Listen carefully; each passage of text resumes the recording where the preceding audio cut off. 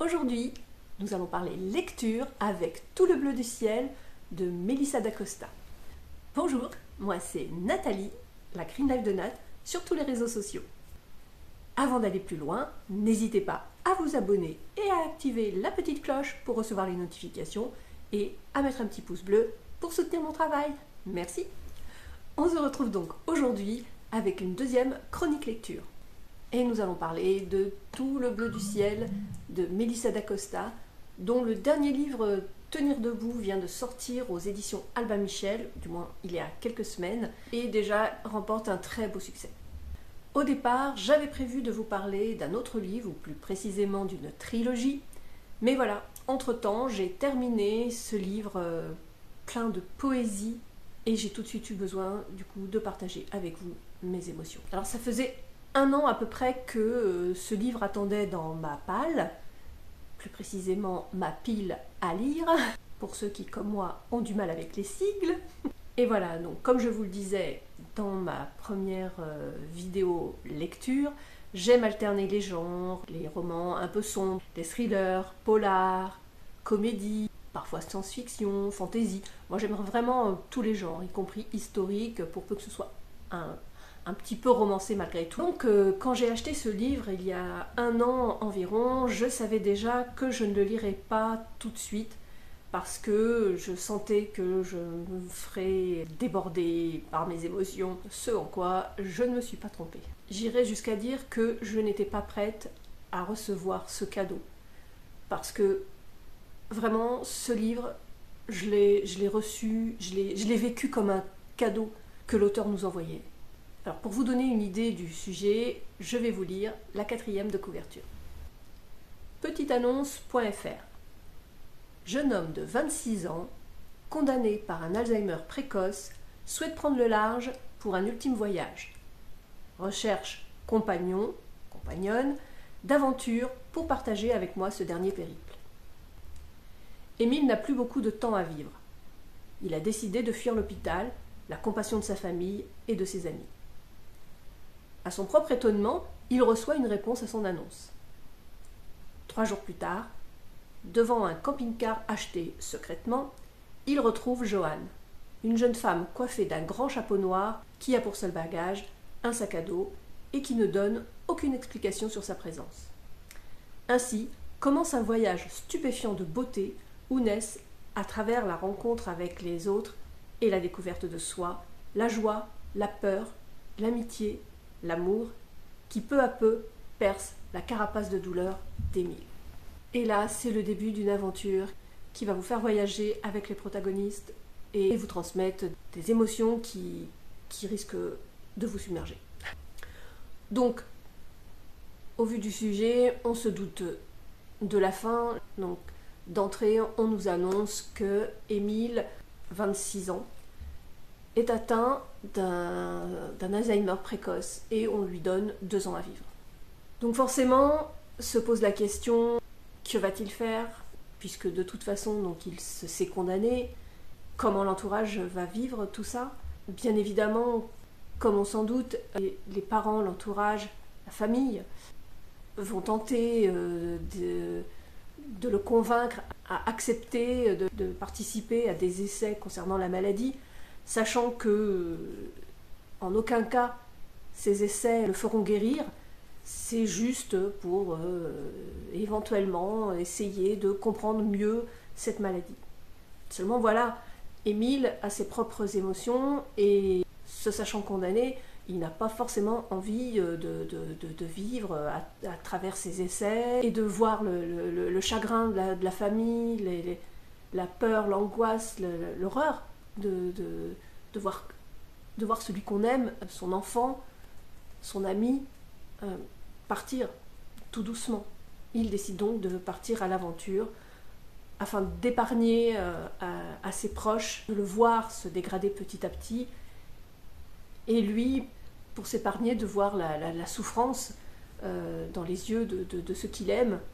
Et donc, il décide, en désespoir de cause, dirons-nous, à passer une annonce. Tout en sachant qu'il est peu probable qu'il recevra donc une réponse.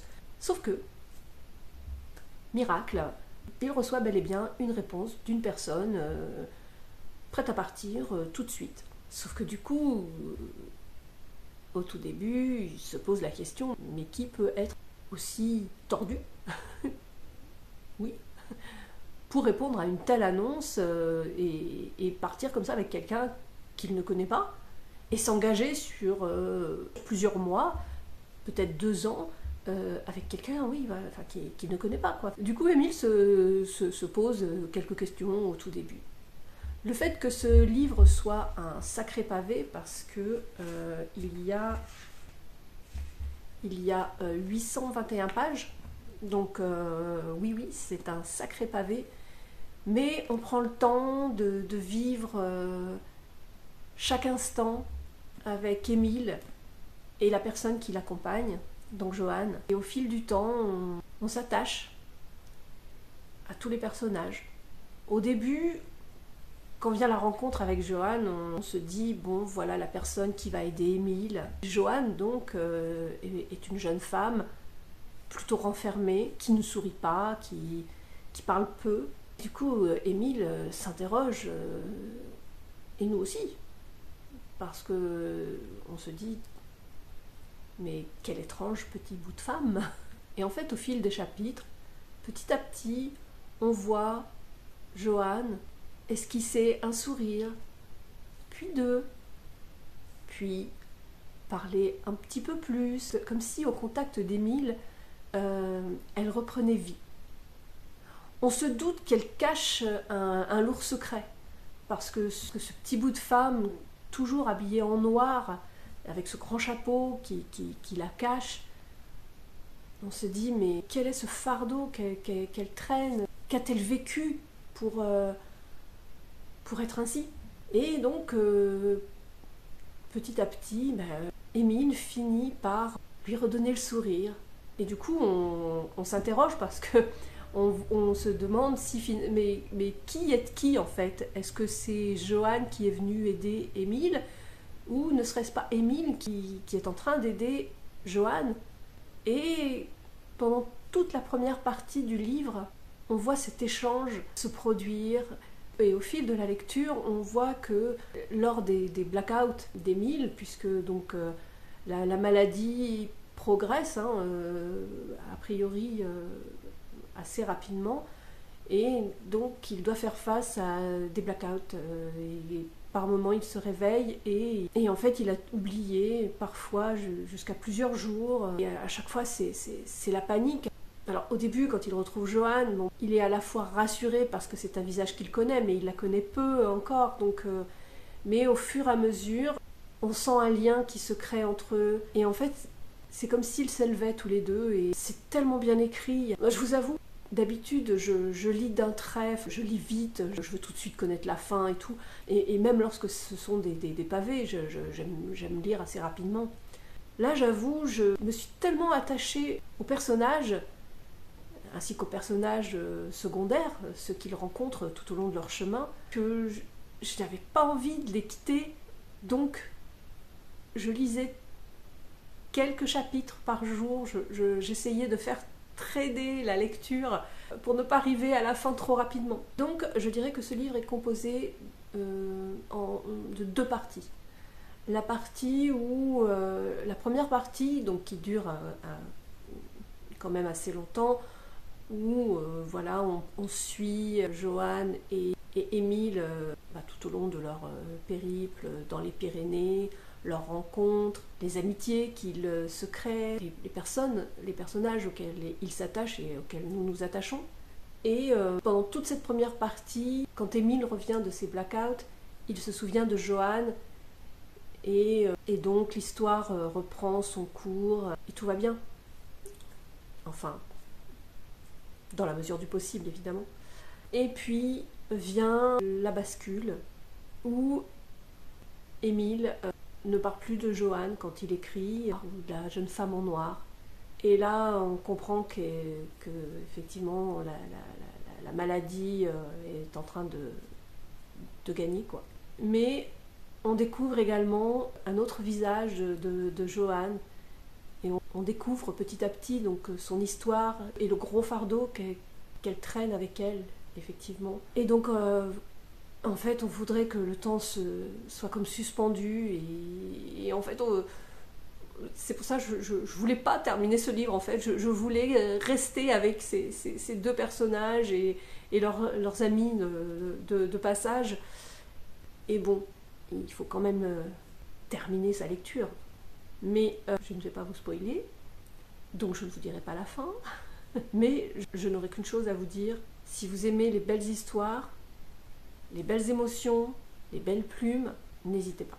Commencez par ce beau livre de Melissa d'Acosta. Je ne peux pas vous recommander les autres puisque je ne les ai pas encore lus, mais visiblement, je dirais que si elle rencontre un tel succès, il n'y a pas de hasard. Pour ma part, je pense que je vais m'en acheter d'autres, mais je vais sûrement attendre malgré tout parce que j'ai vraiment été bouleversée par ce beau roman et pour tout vous dire, je n'ai pas encore réussi à démarrer une autre lecture. J'avais vraiment besoin de rester imprégnée de cette atmosphère afin de venir vers vous et vous en parler. Alors j'espère que je vous aurai donné envie de lire ce livre parce que tout simplement je vous le recommande vivement. Je n'ai pas d'autres mots à ajouter. Je vais arrêter là cette vidéo. Dites-moi si vous connaissez Melissa d'Acosta, si vous avez déjà lu des romans de cet auteur, lesquels, et si vous avez également lu Tout le bleu du ciel, dites-moi ce que vous en avez pensé, si vous avez été aussi chamboulé que moi. Et donc je vous remercie d'avoir été jusqu'au bout de cette vidéo. Je vous souhaite une bonne journée ou une bonne soirée, selon le moment de la lecture de cette vidéo. Et puis je vous dis à la semaine prochaine.